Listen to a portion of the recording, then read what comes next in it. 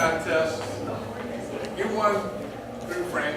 Oh, I won. So we get, I'm waiting. and the prize is free beer.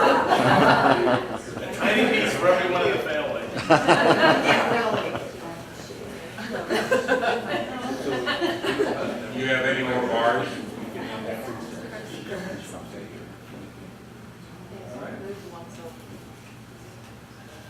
What tech?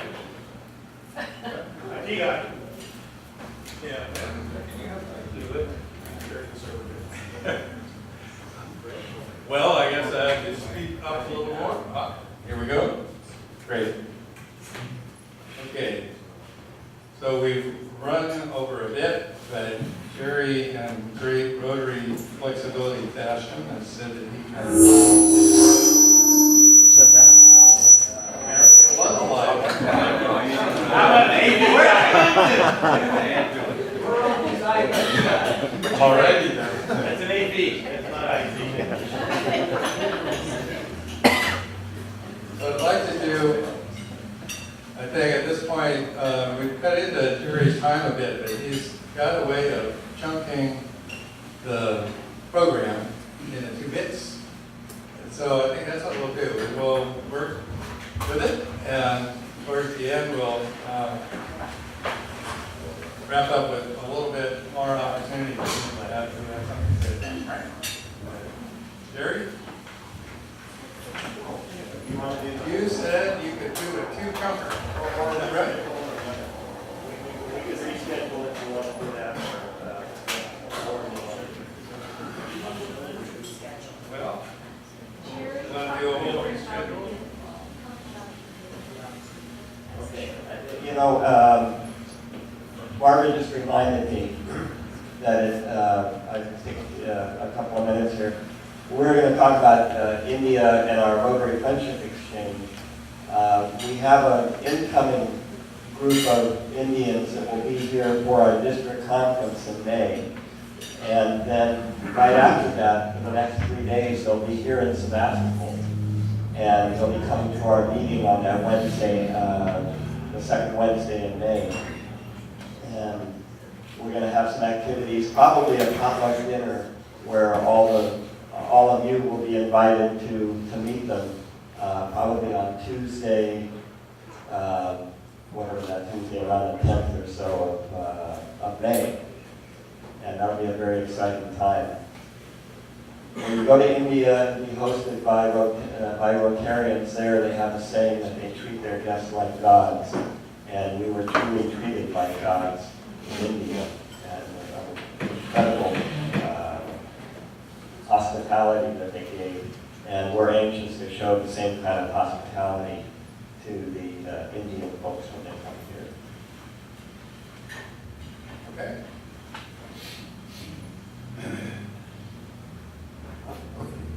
So we're going to reschedule. We can do that, yeah. Or or we can be part of it, whatever you want. I'd like to be part of it. Okay. And after. I've been working on it.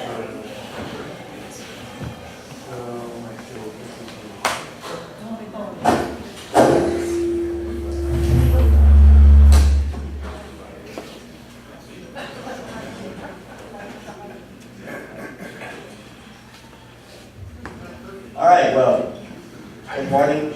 Hello. Phyllis Reagan. And we're going to talk about our Rotary Friendship Exchange trip that we did mostly in January to Gujarat, India. And We divided this up into themes because it's probably more interesting than just going chronologically. This is this kite-shaped subcontinent, as I like to call it, India. And we were in the state of Gujarat, which you see outlined purple on the left side of the screen there. just for reference, Delhi up in the north and Agra where the Taj Mahal is, so you can see the reference of where we were. We're right up, tucked up by the Pakistan border. And this is a close-up of the state of Gujarat. And we visited all the places you see circled in red. we stayed with 5 different host families, and then the 6th place where we stayed was at the district conference. And this is our first host family.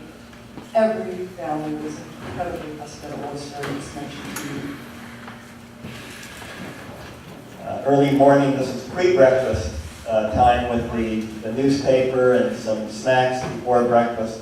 Just a wonderful way to start the day. And, you know, the contrast of India, the home was extremely comfortable. Look out the side of the window, it was a little different than what you might have expected. Some construction going on outside the window, the property next door. And we were a team of 10, and all the other people were usually housed in pairs, and we got together with other host families and our own team for parties. This was an interesting evening where the women sort of naturally split off and started a little circle of our own. We all talked about how we met our husbands. A majority of the Indian women in our group were products of arranged marriages, or were in arranged marriages, and it's still a custom that persists to this day, but with a little bit more flexibility about right of refusal. This is our second host. And looking out from their house, again, you can see people living in tents and kind of lean-to shacks, and there's quite a variety of the way people live. India has 4 times the population of the United States and 1/3 of the land area. Our third host on the left, and 2 of her kitchen helpers. And the food, as you can imagine, the Indian food is very well spiced. I was interested in how they do the spices, so I snuck into the kitchen, and she showed us all the little trays of spices that they have, as well as the backstock of spices that she has in her pantry. And looking out from from their window, this particular town was a little more rural. Some of the streets were unpaved, and they had open sewers.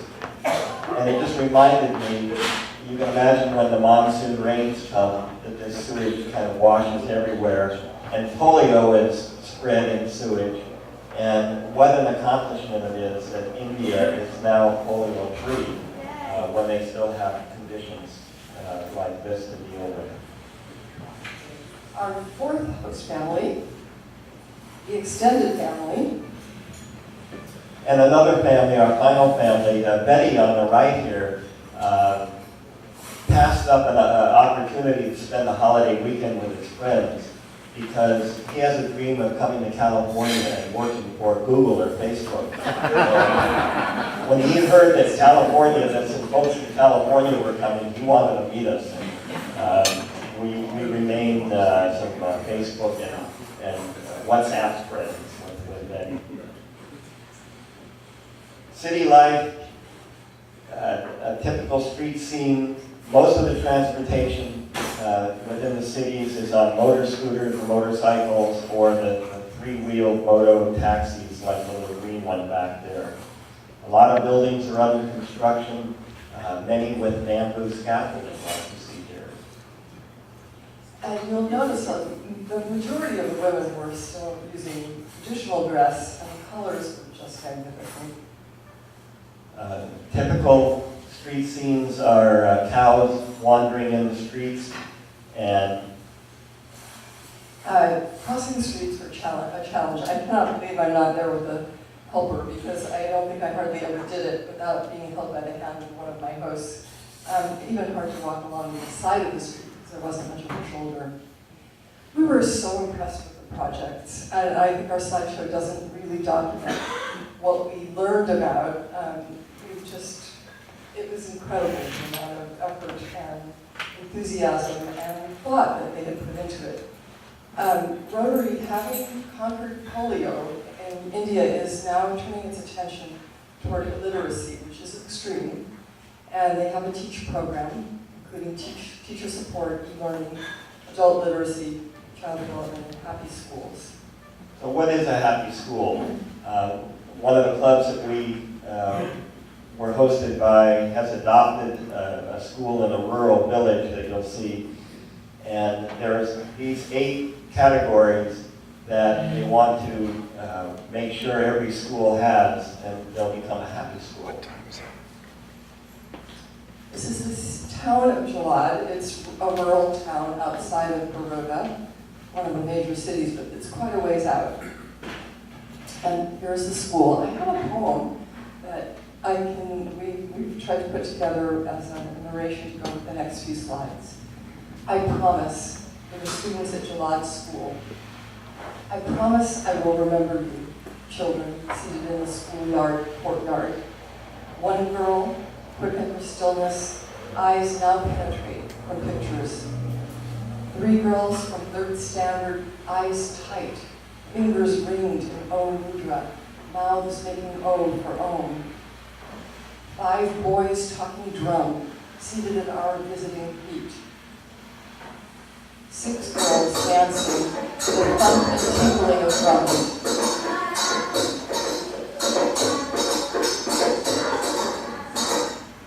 Their saris dyed by dusk and papaya, desert sky, and neon leaf. 6 girls bringing us floral tributes, touch our feet, requesting a blessing from our hands to their heads. 80 children seated on the ground, singing up at us in Gujarati, singing into English.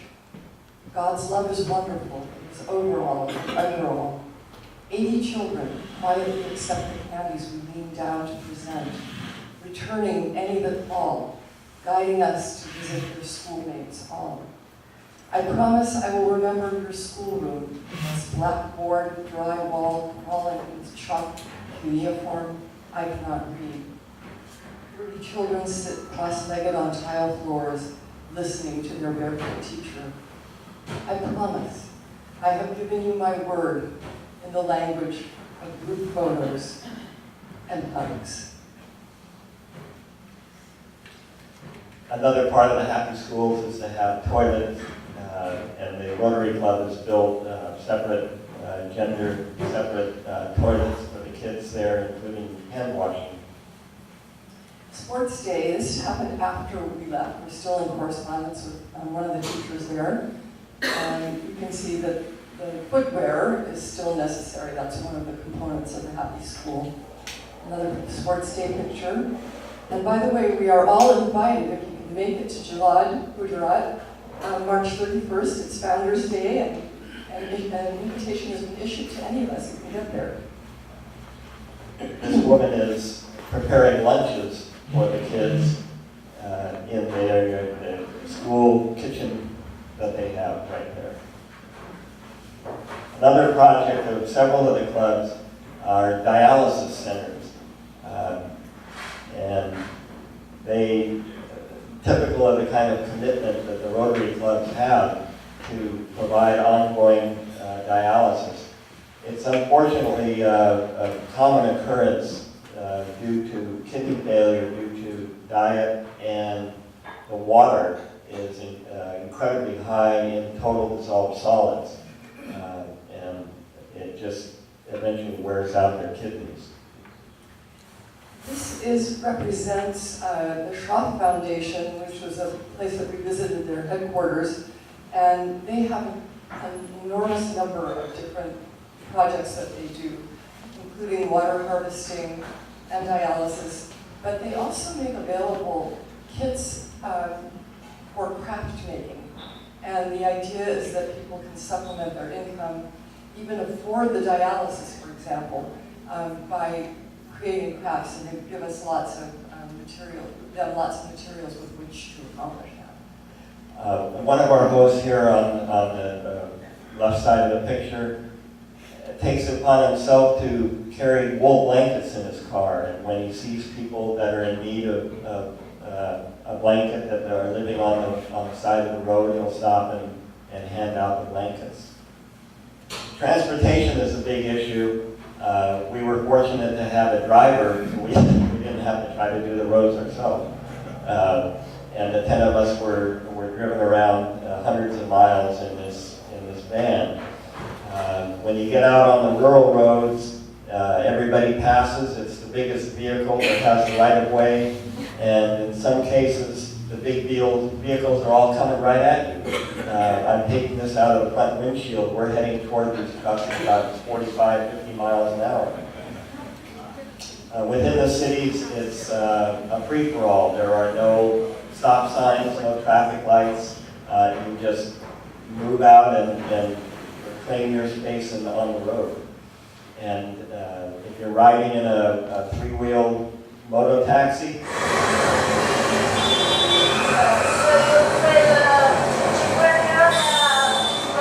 it's kind of a crazy ride in a moto taxi. Out on the equivalent of their freeways, everything is transported along the road, even though it's a freeway. Livestock. And again, in the middle of the road, there's cows everywhere. The cows are sacred in India, and most of them are milk cows that are kind of grown out of being milked, and people just turn them loose on the street. And everybody drives around them. At this point, the government is engaging in a program to take the cows off the streets, so we're told in about 2 more years you won't see the cows out there. But right now, people just drive around them.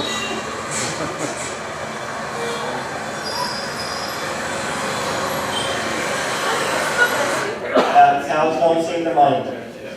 And even the animals often have beautiful textiles.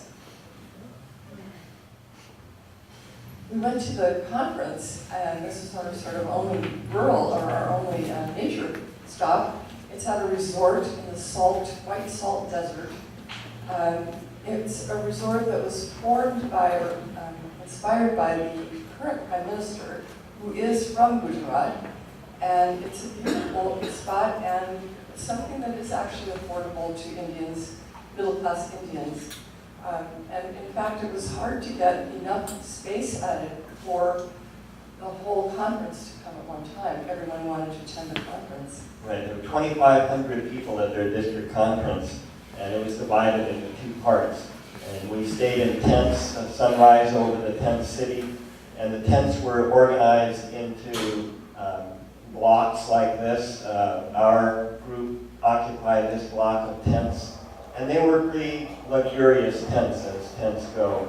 They had air conditioning and heating, ensuite bathroom attached to it, and attendants that stayed to kind of watch over the tent group, and at 6:30 in the morning walking through, letting you know that tea was ready. We were part of the program at the conference. This is the Salt Desert at sunrise. Close up. It is a lower than sea level area. It floods from the Arabian Sea during the monsoon season. When it evaporates, it leaves this brand new crust of white salt on it. This is one of our guides out there, and he said that at the time of the full moon, the surface of this desert is indistinguishable from the surface of the moon. Feeding all the people at once was done in 2 large dining halls, multiple setups of food, and again, wonderful Indian food. I think some unemployed poets were employed by the government to come up with some slogans to help people remember to clean up India. And the current Prime Minister, Modi, has a goal of trying to clean up India, and there's a lot of action toward that. Culturally, we stopped at Gandhi's ashram, where he lived for 14 years, and were able to get into his room and actually see the desk and spinning wheel that he used. The spinning wheel was a symbol of how people could become independent of having to import their cloth from England, and he practiced what he preached. So next to his simplicity, we also saw places like this Maharaja's palace, still inhabited by a Maharaja today, in contrast with some of the tent cities that we saw. The host families took very seriously the surveys they read about us. They knew what our interests were. Hence, I got invited to a dance club with my the daughter of a First Coast family. And we went to this palatial home of one of the Rotarians who is has a toilet making factory. And they brought in dancers from about 50 miles away to dance for us. And we even got to dance with them at a certain point. And of course, got to have our pictures taken with them.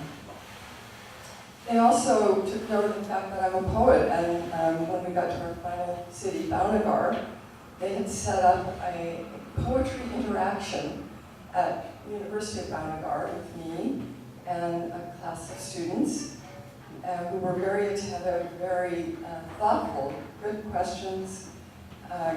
We wrote a group poem together, and at the end, one of the young men and one of the young women too had created an appreciation, which they then read. And we were celebrities, the paparazzi in the class. At another school, they put up signs, positive messages for the students and the parents. The way we talk to our children becomes their inner voice. Another part of the culture is tea. And our van driver made a point of when he was ready for tea, he'd just pull off the road and stop. Quite early in the morning, before sunrise on one of our trips, we stopped at a roadside, and there were some local folks there who were warming their hands by the fire that they built. Yeah, we can probably do it in about three or 4 more minutes. Would that work?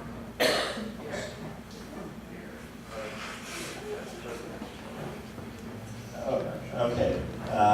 Another roadside person we saw was a potter, and this is a mechanical wheel. He takes a stick and spins it around, and can get about 1 or 2 pots off of this before he needs to stop and spin it again. And a local milkman making a delivery, probably I imagine of raw milk on his motorcycle. There was an interest in the spiritual side of India, and so we were invited to visit the Swami, and we got to ask him all manner of questions. In fact, I think the one we asked our host if we could ask him, which was, "Are you a real Swami?"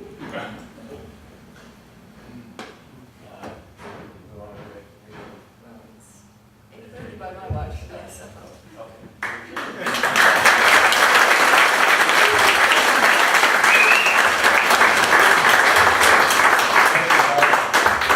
Very impressive presentation.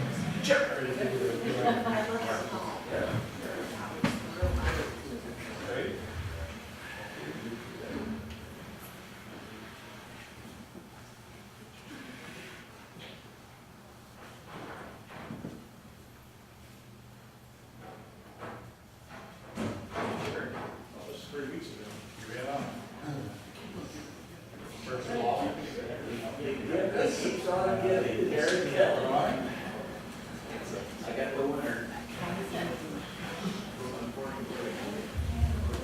Last four, 7151. 7151. All right.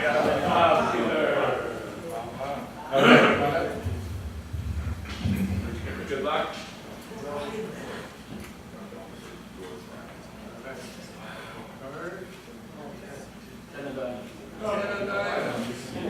So close. Oh, they surprised.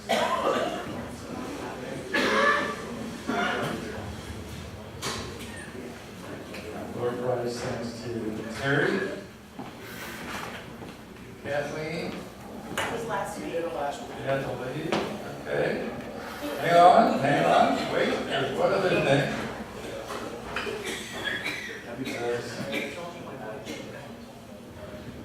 So we'll close with the Optimist Creed as kind of a fitting end for this meeting.